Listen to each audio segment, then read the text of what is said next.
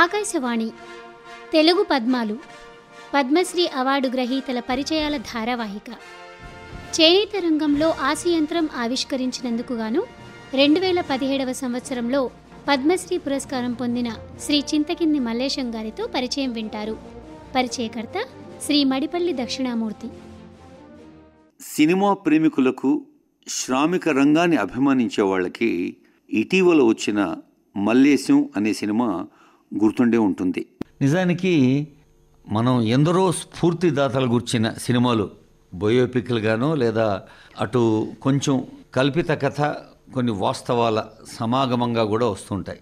అయితే ఈ మల్లేశం సినిమా అటు యువకుడు అనొచ్చో రకంగా మధ్య వయసులో ఉన్న ఒక వ్యక్తిని స్ఫూర్తిగా తీసుకొని తెలుగు చలనచిత్ర రంగం ఒక సినిమా తీసుకొచ్చిందంటే మరి ఆయన వెనుక అంత సినిమా గుణంత కథ ఉంటుంది.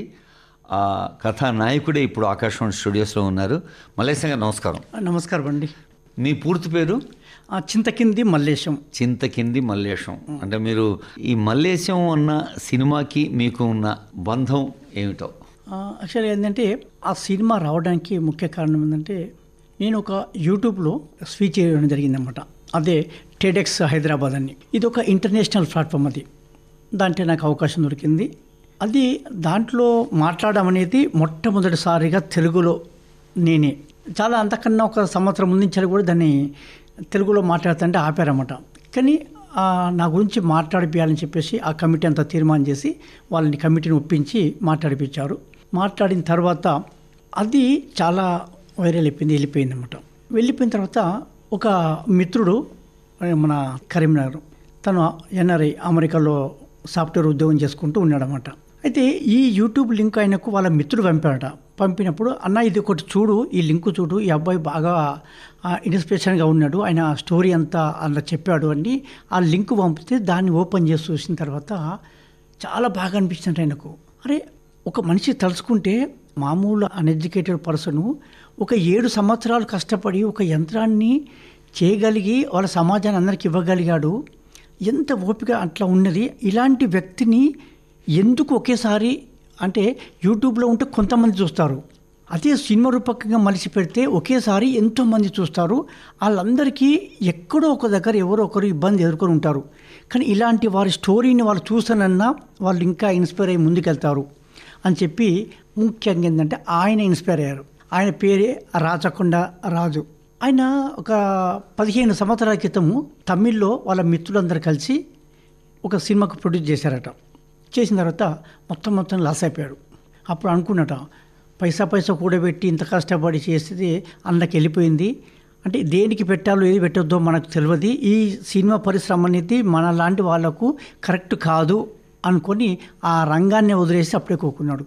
నా స్టోరీ ఎప్పుడైతే చూశాడో ఆ చూసిన తర్వాత ఆయనకు అనిపించినట, అరే నేను ఇంత చదువుకున్నాను, ఇంత జ్ఞానంగా ఉంటాను, వాళ్ళకంటే బెస్ట్గా ఉన్నాను, ఒక్కసారి ఫెయిల్ కాగానే ఇక నాకు అది మొత్తం అక్కరాదని చెప్పి నేను ఎట్లా ఊకున్నా, ఆయన అంత కష్టపడి సాధించగలిగాడు, నేనెందుకు దీంట్లో ఆగిపోయాను. నీ విజయ గాథను వెండి తెర వరకు తీసుకెళ్లిన ఆ యంత్రాన్ని ఏమని పిలుస్తారు? అదే లక్ష్మీ ఆసు యంత్రం. ఆసు యంత్రం. ఆసు అంటే మా చేనేత భాషలో మా పూర్వీకులు వాళ్ళందరూ కూడా ఒక 4 ఫీట్ల దూరం ఉంటుంది. ముందు సైడ్ కొన్ని పిన్స్ ఉంటాయి. ఆ ప్రేమ పేరే ఆసు అంటాం. అదే పూర్వం నుంచి ఉన్న పేరే ఇది. పూర్వం నుంచి, నాకంటే ముందు మన నాన్నని వాళ్ళందరికీ మా చేనేత భాషలో అందరికీ తెలుసు అది. అప్పటికే ఉన్న ఆసు యంత్రానికి మీరు ప్రవేశపెట్టిన ఆసు యంత్రానికి తేడా ఏమిటి? అప్పుడు ఉన్నది ఆసు ప్రేమ్ ఓన్లీ. ఫ్రేమ్ దాన్ని ఆ ప్రేమకు చేత అందరూ చుట్టేవాళ్ళన్నమాట. దారాన్ని ఒక 12 కిలోమీటర్ల పొడవున్న ఒక్క దారాన్ని ఆ 4 ఫీట్ల దూరంగా ఉన్న ఆ ప్రేమ చుట్టూ ఒక్కొక్క పిన్నుకు 4 సార్లు అట్లా డిజైన్ ఆధారంగా చుట్టాలన్నమాట. అంత పొడు దారాన్ని ఈ పిన్నులకు మొత్తం పోల్డ్ చేసేయాలి. ఒక దారం 12 కిలోమీటర్ల పొడవు. అవును, తెగకుండా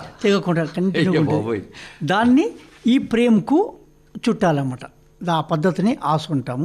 అది అంత పూర్వం అందరు చేత్తో చేసేవాళ్ళు. చేత్తో చేసినప్పుడు ఒక చీరకు అలా అంత లెంతుని దీన్ని పోల్డ్ చేయడానికి 9,000 సార్లు కావాలన్నమాట. అంటే చెయ్యిని 9,000 సార్లు తిప్పాలి. ఇలా మూమెంట్ చేయాలి. తిప్పితే 12 కిలోమీటర్ల దారం దానికి అయిపోతుంది. అది ఒక 4 నుంచి 5 గంటల సమయం పడుతుంది. అప్పుడు చేసే వాళ్ళకు ఈ చేతి నొప్పి విపరీతంగా వస్తుందన్నమాట. అన్ని వేల సార్లు రోజు ప్రతి కుటుంబంలో ప్రతి ఒక్క మహిళ 5 గంటలు ఆపకుండా చేయి తిప్పడం అంటే చాలా శ్రమ. ఎలాంటి బ్యాలెన్స్ ఉండదు దీనికి. అలాంటి పరిస్థితి నుంచి వాళ్ళు చేసి బాగా ఆయాసపడుతూ, అందులో మా అమ్మ ఒకరు, ఆమె కష్టపడి ఆ పెయిన్ వచ్చినప్పుడు నాకుతో అన్నదన్నమాట, అరే నువ్వు ఈ నేత పని వదిలేసి వేరే ఏదన్నా పని చేసుకొని బతుకు, నేను చేయడం నా నుంచి కాదు అని. అమ్మ పేరేమిటో? లక్ష్మి. అందుకే లక్ష్మి ఆసు యంత్రం అని పెట్టినాం. అమ్మకు కొడుకిచ్చిన కానుక మా కమ్యూనిటీలో ఉన్న తల్లులందరికీ, చెల్లెలకు, అక్కలకు అందరికీ. అంటే ఈ చేనేత రంగంలో ఉన్న తల్లులందరికీ. అమ్మ కష్టాన్ని చూసిన కొడుకుగా ఆలోచన వచ్చింది. సరే, మరి ఈ సాంకేతిక ప్రజ్ఞ ఎలా సాధ్యమైంది?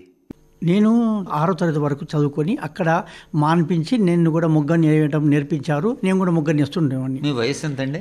ఇప్పుడు 52. అంటే నిజానికి మీరు చదువుకోవాలనుకుంటే అవకాశాలు ఉండే, అంటే కుటుంబ పరిస్థితులు బాగలేకనే నన్ను ఆపేశారన్నమాట. 6వ తరగతిలో చదువు ఆపేసి వృత్తిలో వచ్చేసారు. ఏమనండి, వచ్చిన తర్వాత ఇంకా దాంతోనే ఎక్కడితోటి నేను చదువు మీద నాకు ఆశ లేదు, అయిపోయింది. ఇంకా ఈ ఆశ యంత్రం చేయాలనేది ఎప్పుడైతే నాకు ఆలోచన కలిగిందో అప్పుడు నేనేం చేశానంటే ఆ చేసే పనిని నేను చేయడం నేర్చుకున్నాను. మా అమ్మ ఎట్లా చేస్తుందో ఆ పని నేను నేర్చుకున్నాను. నేను నేర్చుకున్నప్పుడు నాకు అర్థమైంది ఏంటంటే దీంట్లో ఒక 5 భాగాలుగా కనెక్ట్ చేస్తే ఒక యంత్రం తయారవుతుంది అనిపించింది. అప్పుడు ఇంకా మెల్లగా ప్రయత్నం మొదలుపెట్టాను. ఫస్ట్ భాగాన్ని తీసుకొని నా చుట్టుపక్కల ఎక్కడెక్కడ ఏదైతే ఇంజనీరింగ్ సంబంధించిన యంత్రాలు ఉంటాయో వాటిని అన్నిటినీ పరిశీలించి బాగా చూసేవాడిని. అక్కడే కూర్చొని ఇది తిరుగుతుంది, ఈ తిరిగేది నాకు కావాల్సిన విధంగా ఏమైనా ఉపయోగపడుతుందా, ఇట్లా అన్ని మనసులో కంపేర్ చేసుకొని పోల్చుకొని దాన్ని ఇది పనిచేస్తుందని అనిపిస్తే దానిలాగా ఒకటి చేయించడం, దానికి పెట్టడం. అది అంటే ఆలోచన వేరు, ప్రాక్టికల్గా వేరు. అది ఆలోచించినప్పుడు బాగానే అనిపిస్తుంది, ఇది దీనికి పెడితే పని చేస్తుంది, కానీ అక్కడ పోయినాక పని చేయదు. ఇట్లా కొన్ని చాలాసార్లు తేవడం, అవన్నీ ప్రయత్నం చేయటం, ఫెయిల్ అవ్వడం, ప్రయత్నం చేయటం, అలా జరిగింది. అది ఫెయిల్ అయినా కొద్దిగా మనకు దాంట్లోకి ఒక్కొక్క అనుభవాలు ఇక్కడ దాకా వచ్చిన దారి బాగానే ఉంది, ఇప్పుడు మనం చేసింది బాగాలేదు, ఇంకా కొంచెం ఇట్లా చేస్తే బాగుంటుంది అని ఎక్కడైతే మనం కింద పడతామో అక్కడి నుంచే ఒక శక్తి ఏర్పడుతుంది, ఒక మలుపు ఏర్పడుతుంటుంది అన్నమాట. అట్లా ప్రతి వైఫల్యం ఒక విజయం. అంతే, అదొక మెట్టు, మనం పైకి పోవడానికి ఒక మెట్టు లాంటిది. చాలా మంచి చెప్పారు. అదే అట్లా కొన్ని 100 సార్లు చేయడము, ఫెయిల్ అవ్వడము. ఇంకా అప్పుడుకున్న పరిస్థితి ఏంటంటే ఆర్థిక పరిస్థితి మన కరెక్ట్ లేకనే మనం ముగ్గురిని చేపిస్తున్నారు. నేను ఈ పరికరాలు తేవడము, కొనుక్కరావడము, అవి వెల్డింగ్ షాపులో, కార్పెంటర్ షాపులో చేయించడం, దీంతో నా పనంతా చెడిపోవడము, పైసలు నష్టపోవడం. దాంతో కొంచెం వద్దు అని చెప్పేసి మా పేరెంట్స్ నిరాశ కూడా కలిగింది. మా పేరెంట్స్ అనేదన్నమాట, ఎందుకురా మనకెందుకు, ఈ మిషన్ చేయడం ఎందుకు, ఈ పని చేసుకో బతకడం ఎందుకు, నువ్వు ఒక్కరిని పోతే అయిపోతుంది కదా, ఈ సమస్య లేదుగా మన కుటుంబానికి అని చెప్పేసి అనేవాళ్ళు. కానీ నాకు ఎక్కడో గట్టి పట్టుదల, అంటే అవుతుంది అని విశ్వాసం. ఎన్నాళ్ళ క్రితం అండి జరిగింది ఇది? నేను 92లో స్టార్ట్ చేశాను, 99లో పూర్తయింది. 1992లో ప్రారంభించి 7 ఏళ్ళు కృషి చేస్తే 99లో మీరు ఫలితం సాధించారు. నాకు అంటే మధ్యన పెళ్ళయింది, ఇక ఆశయంత్రం చేసే మధ్యలో పెళ్ళి అయిపోయింది. అంటే అది కూడా ఎక్కడ సందర్భం అంటే నన్ను ఈ ఆశయంత్రం చేయడం మానేయమని చెప్పి వాళ్ళు, మా పేరెంట్స్ తల్లిదండ్రులు, వద్దు చేస్తాను నేను. అరే వద్దురా మన పరిస్థితి బాగాలేదంటే వాళ్ళు, ఇట్లా కాదని మా నాయన ఏం చేశాడంటే, వీడు నేను చెప్తే ఇంటలేడు అని చెప్పి వేరే మా పెద్ద మనుషులను తీసుకొచ్చి నన్ను కూర్చోబెట్టి, వీడు ఈ మిషన్ చేస్తాను తిరుగుతున్నాయా, వీనికి చదువు లేదు, సందే లేదు, మిషన్ చేస్తా అని చెప్పి టైం వేస్ట్ చేస్తున్నాడు, పైసలు ఖరాబ్ చేస్తున్నాడు, వీని వల్ల మాకు ఇబ్బంది అవుతుంది, మీరని చెప్పుని చెప్పి వాళ్ళని తీసుకొస్తే వాళ్ళు అప్పుడు ఆలోచించి మా నాయన పేరు లక్ష్మీనారాయణ ఇక ఇప్పుడు సమస్యల్లో ఆసు వేయడం కదా, ఆసు వేయడం లక్ష్మికి ఇబ్బంది అవుతుంది కదా, ఇదంతా ఎందుకు, వాడిని పెళ్లి చేస్తే కోడలు అమ్మాయి వస్తుంది, ఆమె పోస్తుంది కదా, ఇదంతా ఎందుకు రిస్క్ అని వాళ్ళకు సలహా ఇస్తే మా నాన్న అదే గట్టిగా పట్టుకొని అప్పుడు నన్ను పెళ్లి చేశారనమాట. మా బంధువుల అమ్మాయిని మాట్లాడి. బహుశా ఇంకో ఉపాయం కూడా ఉందేమో, అమ్మ నాన్న చెప్పిన దానికంటే కొత్తగా వచ్చిన కోడలు అంటే మీ ఆవిడే చెప్తే వింటారు అనే ఆశ కూడా కొంచెం కావచ్చు. రెండు అంటే ముఖ్యంగా ఏంటంటే ఫస్ట్ ఇది ఏంటంటే ఈమె అమ్మకు చేయడం సహాయం. ఇబ్బంది అవుతుంది కాబట్టి ఆమె చేస్తుందనే ఆశతోటి. నా లక్ ఏంటంటే వాళ్ళ ఇంట్లో ఈ నేత పని లేదు. మేము బట్టలు తయారు చేసేటం, వాళ్ళు బట్టలు అమ్ముతారు. వాళ్ళ ఇంట్లో ఈ నేత పని అనేది లేదు. అయితే ఈ ఆసు పని చేయమంటే మరి ఆమె చేయనంటది. వారి పేరేమిటో? సువర్ణ గారు. అయితే ఆమె అంటది, ఇప్పుడు మీ అమ్మ చేసే చేయంతో పట్టుకుంటుంది కదా, మళ్ళీ ఇప్పుడు నేను నేర్చుకొని నేను కూడా చేయి పట్టుకొని బాధపడాలా, నేను నెయ్యను, వద్దు మానేసేయ అన్నట్టుగా మాట్లాడింది అన్నమాట. అంటే కాదు, ఇక మనకు ఇంతకన్నా లేదు, ఇంకా బయటికి వెళ్ళి బతకలేము, ఉన్న పనులు చేసుకొని బతకాలి కాబట్టి చేద్దాం, ప్రయత్నం చేస్తా అంటే చేసుకోవాలని వదిలేసింది. కానీ అక్కడ ఒక సమస్య ఏర్పడేందంటే, ఇంకా నేను 5 భాగాలు విభజించుకున్న దాన్ని 3 భాగాలు పూర్తి చేశాను. 3 భాగాలలో 2 భాగాలు అయినాయి. ఇంకో భాగానికి డబ్బులు తక్కువ పడితే ఆమె పెళ్ళైన తర్వాత ఈమె పని చేయమంటే చేయనన్నది. చేయకపోతే పర్వాలేదు, నీ దగ్గర నాకు కొంచెం డబ్బు అది నాకు ఇవ్వు, ఇస్తే నేను మిషన్ తయారు చేసి నీకు కూడా చేయకుండా చేస్తా చెప్తే, ఆమె ఈ చేసే కష్టం కంటే ఈ డబ్బులు ఇస్తే ఆ మిషన్ అయితే నాకు మేలు అనుకొని ఆమె నన్ను నమ్మి ఇచ్చింది. ఇచ్చినందుకు ఒక్క భాగం పూర్తయింది, పైసలు అయిపోయినాయి. ఇంకా అక్కడ మిషన్ కాలేదు, అక్కడ ఆమె దగ్గర డబ్బులు అయిపోయినాయి. నాకు దిక్కు వచ్చిన పరిస్థితిలో ఎవరికి చెప్పకుండా హైదరాబాద్కు వెళ్ళి రావడం జరిగింది. ఇక్కడికి వచ్చిన తర్వాత ఇంకా అంటే అక్కడ ఉంటే ఎట్లుంటే తోటి సమాజం ఎట్లుంటారు, మంచి జరిగితే అందరు బిడ్డ బిడ్డ అంటారు, లేదంటే 4 రాళ్ళేస్తారు అన్నమాట. ఎప్పుడు అటు పోయినా ఇటు పోయినా వీడు ఇటువంటి మీ సొంత ఊరు ఎవరు చెప్పలేదు? నా సొంత ఊరు పూర్వం నల్గొండ జిల్లా ఆలేరు మండలం షారాజీపేట. ఇప్పుడు అక్కడే ఉంటారా మీరు? నేను ఉండేది ఇప్పుడు ఆలేరులో ఉంటున్నాను. నాకు ఆలేరుకు దానికి ఒక 5 కిలోమీటర్లు పక్కనే. అయితే ఆలేరు నుంచి హైదరాబాద్ వచ్చేసారు. అంటే అక్కడున్న పరిస్థితులను భరించలేక. మరి పల్లె నుంచి పట్టణం రావడానికి మీ ఆవిడ సువర్ణ గారు పర్మిషన్ ఇచ్చారా? ఫస్ట్ ఇచ్చారు. ఇచ్చిన తర్వాత కాకపోయేసరికి ఆమె కూడా నిరాశ చెందుతుంది కదా, అయ్యో ఇంతకన్నా ఇస్తే నువ్వు అది కాకుండా అయిపోయింది, నీ మాటలు నమ్ముకొని చెప్తాను. అందుకే అటు తల్లిదండ్రులతోటి పెళ్ళైన తర్వాత ఇంకా అత్తగారితో ఏది విమర్శలు అన్నమాట. ఇక నువ్వు పని చేయవు, నువ్వు చేత కాదు, తప్పించుకొని తిరగడానికి ప్రయత్నిస్తావు అని. ఇక వీళ్ళని చూసి ఆ చుట్టుపక్కల వాళ్ళు కూడా అంతా హేళన చేయడం బాగుంటాయి. ఇక అవన్నీ ఎక్కువైపోయినాయి. అవన్నీ ఇంకా ఇక్కడ ఉంటే మనల్ని ఏం చేయనియరు అని చెప్పి ఇక్కడ హైదరాబాద్కి వచ్చి ఆ మిత్రుని దగ్గరకు వచ్చి అతనికి అడిగాను, అరే ఏదైనా పని చేసేసి నన్ను ఇక్కడే ఉంటానని చెప్పి. ఇంకా ఇంటికాడ తల్లిదండ్రులు సంతోషపడ్డారు. అదే వీడు పోయేదేదో కొంచెం ముందు పోయినా అయిపోవు, ఇవన్నీ నష్టం కాకపోయింది, వీడు ఇప్పటికైనా మంచి పని చేసినని చెప్పి వాళ్ళు సంతోషపడ్డారు. ఇక్కడికి వచ్చినాక నేను ఒక 3 నెలలు అట్లా పని చేసుకుంటూ వెళ్ళాను, ఏ సంబంధం లేకుండా. 3 నెలల తర్వాత మళ్ళీ ఇంటికి వెళ్ళాను. ఇంటికి వెళ్ళి ఇంకా అందరూ సంతోషపడ్డారు, మంచి పని చేసినవారు, ఇప్పటికైనా పోయినామని చెప్పేసి. ఆ సందర్భంగా ఇంకా నేను మళ్ళీ హైదరాబాద్కి రిటర్న్ వచ్చేటప్పటికి నేను ఎక్కడి వరకు అయితే పూర్తి చేశాను మిషన్ని, ఆ మిషన్ అంతా ఇప్పేసుకొని అంతా ప్యాక్ చేసుకుంటున్నాను మళ్ళీ ఇక్కడ తీసుకురావడానికి. అది మా నాన్న గమనించాడు.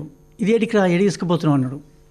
హైదరాబాద్ తీసుకుపోతున్నాను. ఎందుకు అన్నాను అంటే, అక్కడ నాకు టైం దొరికినప్పుడు చేసుకున్నా అంటే, వద్దు ఇక్కడ మేము ఇంత ఉంటేనే నువ్వు పని మానేసి మొత్తం మిషన్ చేసుకుని నువ్వు అక్కడ నువ్వు ఒక్కనే ఉన్నావు, ఎవడు ఏమనుకుంటులే, మొత్తం దీని మీద ఉంటావు, నువ్వు పని చేయవు, ఏం చేయవు, నువ్వు ఆ మిషన్ వద్ద దాంతో పనే లేదు, మనకు అవసరం లేదు, నువ్వు వెళ్ళిపోయినావు, అయిపోయింది అని చెప్పి అంటే, లేదు ఇంత పూర్తి చేస్తా అంటే ఒప్పుకో కొన్ని భాగాల్ని విరగొట్టినమాట. అక్కడే వీడు ఇట్నే ఉంటే తీసుకుపోతాడని విరగొట్టారు.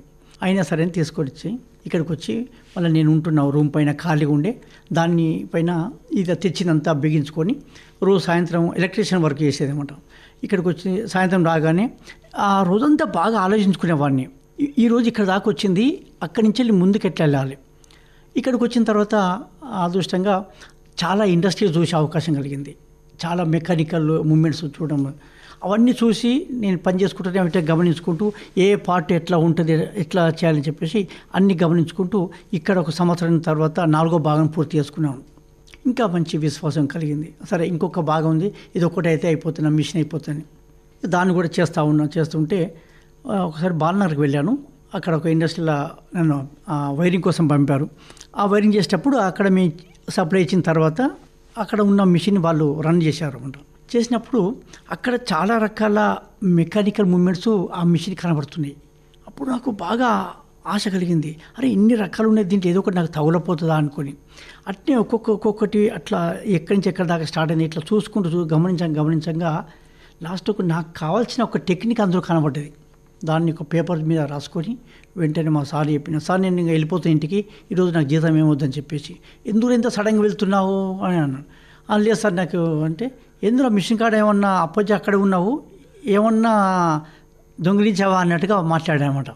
లేదు సార్ అదేం లేదు, నాకు వద్దు, నేను ఈరోజు పైసలు ఏమొద్దు, వెళ్ళిపోతాను. వచ్చి ఒక వర్క్షాప్కి వచ్చి ఆ విధంగా చేపించి నేను ఆ మిషన్ బిగించి పెట్టాను.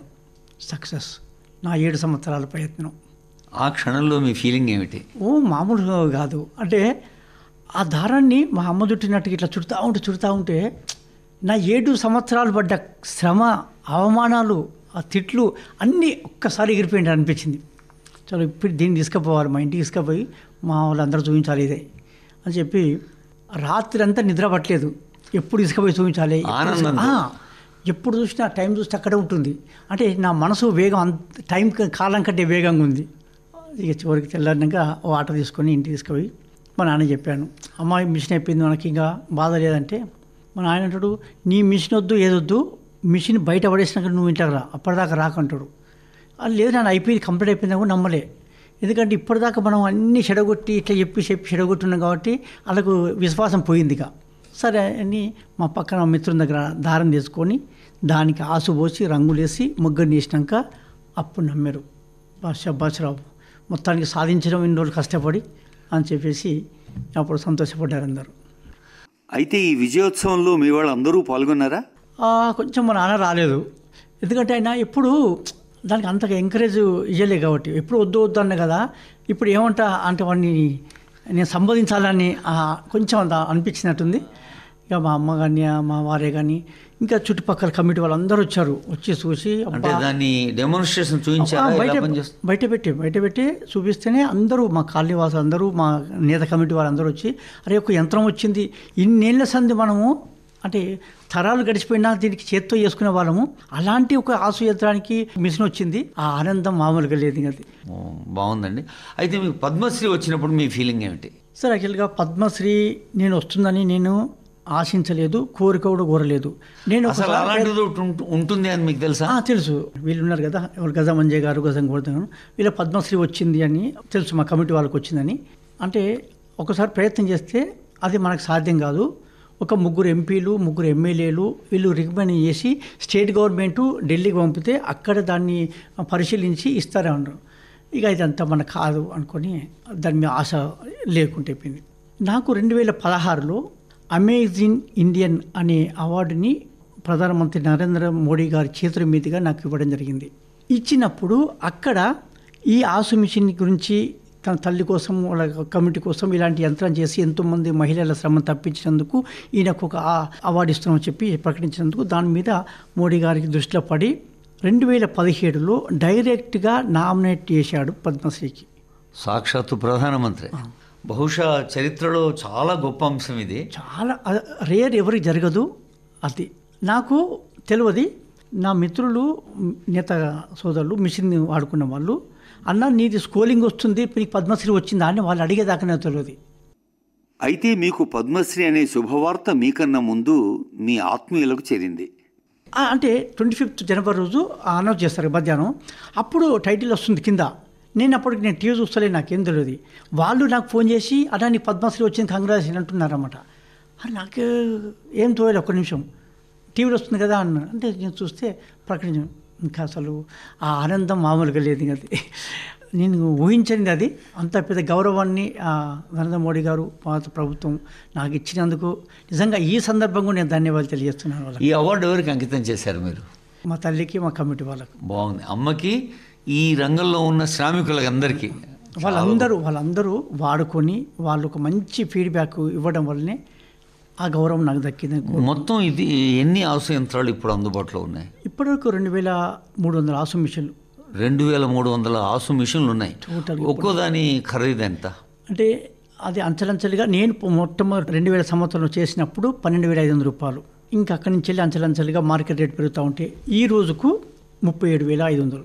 నిజానికి వాళ్ళకి చేనేత వృత్తిపరంగా ఈ దారం చుట్టేందుకు అయ్యే శ్రమతో పోలిస్తే ఈ ధర తక్కువే కదా? చాలా తక్కువ. వాళ్ళు ఇప్పుడు ఒక చీరకు దారం చుట్టడానికి కేవలం ఒక 2 రూపాయల కరెంటు మాత్రమే వినియోగం అవుతుంది, 2 రూపీస్ ఓన్లీ. అదే చేత్తో చేస్తే ఒక్క చీరకు ఆసు పోస్తే 100 రూపాయలు ఈరోజు. అంటే ఆర్థికంగా కూడా చాలా లాభదాయకం ఇది, తక్కువ శ్రమతో ఎక్కువ ఫలం వస్తుంది. అంటే ఇప్పుడు నిజంగా నాకు చాలామంది నా చేనేత సోదరులు చెప్పిన మాట ఏంటంటే, అన్న ఈ ఆశయంత్రం లేకపోతే నేను ఈరోజు ఇన్ని మగ్గాలు నడిపించేవాడిని కాదు. నేను ఈరోజు అంతకుముందు చేత్తో చేసుకున్నప్పుడు ఒక 3 నుంచి 5 మగ్గాల వరకే నా కెపాసిటీ. ఈరోజు 50 నుంచి 100 మగ్గాలు నడిపేయగలుగుతున్నానంటే అది నీ ఆశయంత్రం ఉండడం వల్లనే నేను నడిపేయగలుగుతున్నాను. అంతమందికి నేను పలిగలిగిస్తున్నాను, నేను అభివృద్ధి అయినాను. ఇది నీ ఆశయంత్రం అని చెప్పి చాలామంది మిత్రులు అన్నప్పుడు నిజంగా నాకు ఒక పెద్ద గౌరవం పొందినంత సంతోషం అనిపించింది.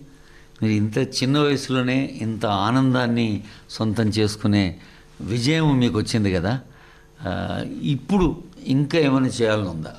అంటే ఇంకా 2017 పద్మశ్రీ వచ్చిన తర్వాత కేటీఆర్ గారు పిలిచి నాకు సన్మానం చేసి, నీవు చేనేత కోసం చేసిన ఆశయంత్రం వల్ల నీకు గుర్తింపు లభించింది, సంతోషం.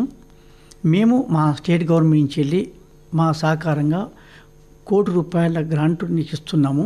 ఇది ఇంకా నీ చేనేత కమిటీ కోసం ఏదైనా ప్రయత్నం చేసి వాళ్ళ కష్టాన్ని తప్పించడానికి ఉపయోగపడాలని కోరుకుంటూ ఈ సహకారం అందిస్తున్నామని చెప్పి అన్నాడు.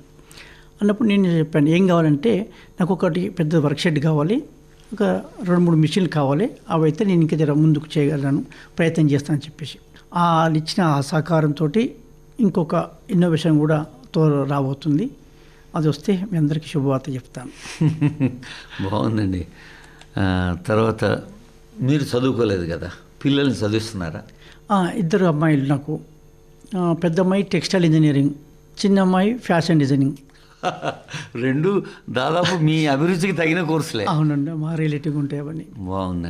మీరు భవిష్యత్తులో చేయబోయే ఇన్నోవేషన్స్లో కూడా పాలు పంచుకునే ఆసక్తి ఉందా వాళ్ళకి?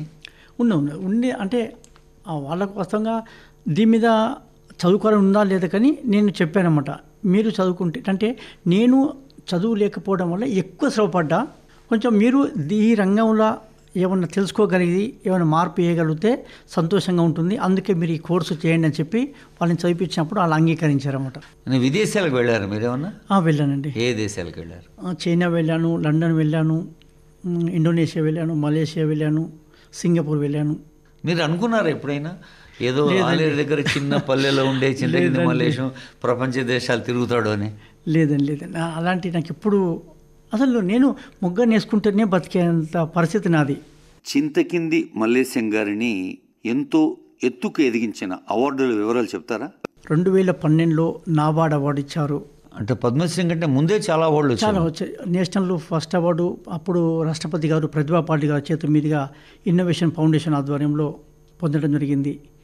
2011లో ఒక గొప్ప అవకాశం అది. నాకు దాని గురించి కూడా తెలియదు ఇప్పటికీ, అంటే చాలామంది తెలియదు.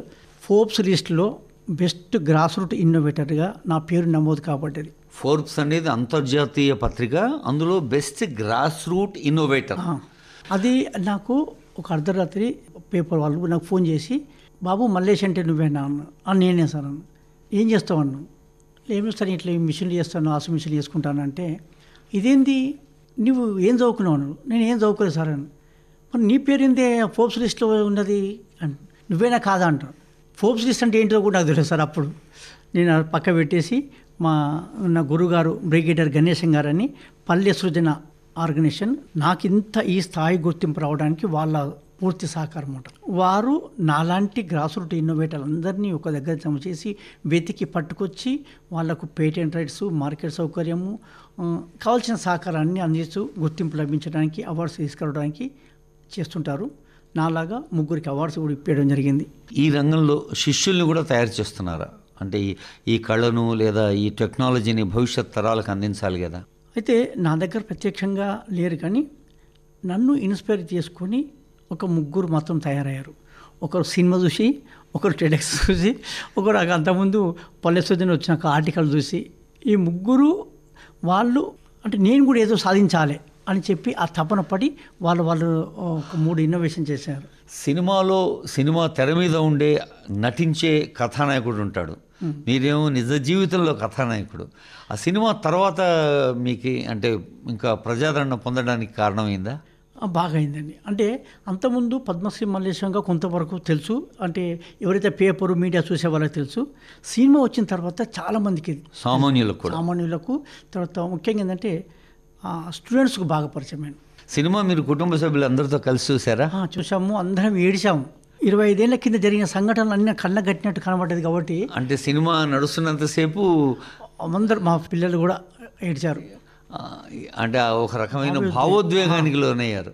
ఆ కష్టాన్ని కళ్ళ మూడ కట్టినట్టు కనబడుతుంది కాబట్టి అక్కడి నుంచి వచ్చినామా మనం అన్నంతగా బాధ అనిపించింది. అయితే ఆ దర్శకుడు మీ హృదయాన్ని బాగా ఆవిష్కరించాడు సినిమాలో. బాగా చేశారు సార్, అందరూ బాగా చేశారు. దర్శకుడు, నిర్మాత వివరాలు చెప్పండి. దర్శకుడు ఆయనే, రాచకొండ రాజు. నిర్మాత ఆయనే. ఆయన నిజంగా ఎంత ఆ భగవంతుడు పంపించిన వ్యక్తి అనుకుంటా నేనైతే. నా స్టోరీ రాయడానికి 1 సంవత్సరము ఒక 3 రైటర్లు పెట్టి రాపించాడు. కానీ ఆయనకు తృప్తి అనిపించలేదు. మళ్ళీ ఇంకో మార్చాడు, రాలేదు. ఈ రాచకొండ రాజు ఒకప్పుడు సినిమాలో నష్టపోయాడు కదా, మరి ఇక్కడ లాభం పొందాడా? లాభం పొందలేదు, కానీ సక్సెస్ అయ్యాడు, విజయం. ఆర్థికంగా నష్టం కాలేదు, ఆడికాడికి వచ్చింది. మేము ఫస్ట్ ఆయన సినిమా తీస్తున్నప్పుడే అన్నాము మా బ్రిగేడ్ గారు, మేమైతే పెద్ద పరిచయం ఉన్న వ్యక్తులం కాము, మా సినిమా ఆడుతుందో ఆడదో తెలియదు, ఇలాంటి బయోపిక్లు ఎంతవరకు ఆదరిస్తారో తెలియదు, కానీ నువ్వు సాహసం చేస్తున్నావు అంటే ఆయన ఒక్కటే మాట అన్నాడు, సార్ నేను నీ స్టోరీని ప్రపంచానికి తెలియజేయాలనుకుంటున్నాను, నా డబ్బులు వస్తాయా రావా నాకు అవసరం లేదు, అది కావాలి నాకు అన్నాడు. సార్ అంత కమిట్మెంట్గా చెప్పాడు కాబట్టి ఓకే సార్ అని చెప్పాము. బాగుంది సార్. ఇంకా మీరేమైనా చెప్పదలుచుకున్నారా ముఖ్యమైన అంశాలు? సార్ నిజంగా అంటే లాస్ట్ ఇయర్ తెలంగాణ ప్రభుత్వం ఏం చేసిందంటే, ఎక్కడ ఉన్న వ్యక్తుల గురించి మనం చదువుకొని ఇన్స్పైర్ అవ్వడం ఎందుకు, మన తెలంగాణలోనే ఉన్న వారిని ఆదర్శవంతులుగా తీసుకొని వాళ్ళని ఇన్స్పైర్ చేసుకోవచ్చు కదా అని చెప్పేసి ఒక లవ్గున్న వ్యక్తులని కొందరిని 6 మంది 7 మంది తీసుకొని ఇంటర్మీడియట్ ఇంగ్లీష్ టెక్స్ట్ బుక్లో ఒక పాఠంగా చేశారండి. ఇది నిజంగా నాకు గొప్ప అవకాశం ఇచ్చింది. అలాంటి అవకాశం ప్రభుత్వం కల్పించినందుకు, అందులో ముద్రించినందుకు వారికి ఇంటర్మీడియట్ బోర్డు కూడా నేను ప్రత్యేకంగా ధన్యవాదాలు తెలియజేస్తున్నాను. మల్లేశం గారు, మీ శ్రమ ఫలించింది, పద్మశ్రీ లాంటి ప్రతిష్టాత్మక అవార్డు వరించింది. మరి మీ కళలు ఇంకా పండాలని, ఈ రంగంలో ఉన్నవాళ్లకు ఇంకా మంచి జరగాలని ఆశిద్దాం. ధన్యవాదాలు, నమస్కారం. నమస్తే సార్. ఇంతవరకు మీరు చేనేత రంగంలో ఆశయంత్రం ఆవిష్కరించినందుకు గాను 2017వ సంవత్సరంలో పద్మశ్రీ పురస్కారం పొందిన శ్రీ చింతకింది మల్లేశం గారితో పరిచయం విన్నారు. నిర్వహణ శ్రీ మడిపల్లి దక్షిణామూర్తి, సహకారం శ్రీ గోపిశెట్టి కార్యవర్ధి, శ్రీ జాజుల ప్రభాకర్, పర్యవేక్షణ శ్రీ అవధానుల శ్రీహరి. తెలుగు పద్మాలు, పద్మ అవార్డు గ్రహీతల పరిచయాల ధారావాహిక ఆకాశవాణి హైదరాబాద్ కేంద్ర సమర్పణ. రేపు యునానీ వైద్యరంగంలో 2017వ సంవత్సరానికి గాను పద్మశ్రీ అవార్డు గ్రహీత డాక్టర్ మహమ్మద్ అబ్దుల్ వహీద్ గారితో పరిచయం వింటారు.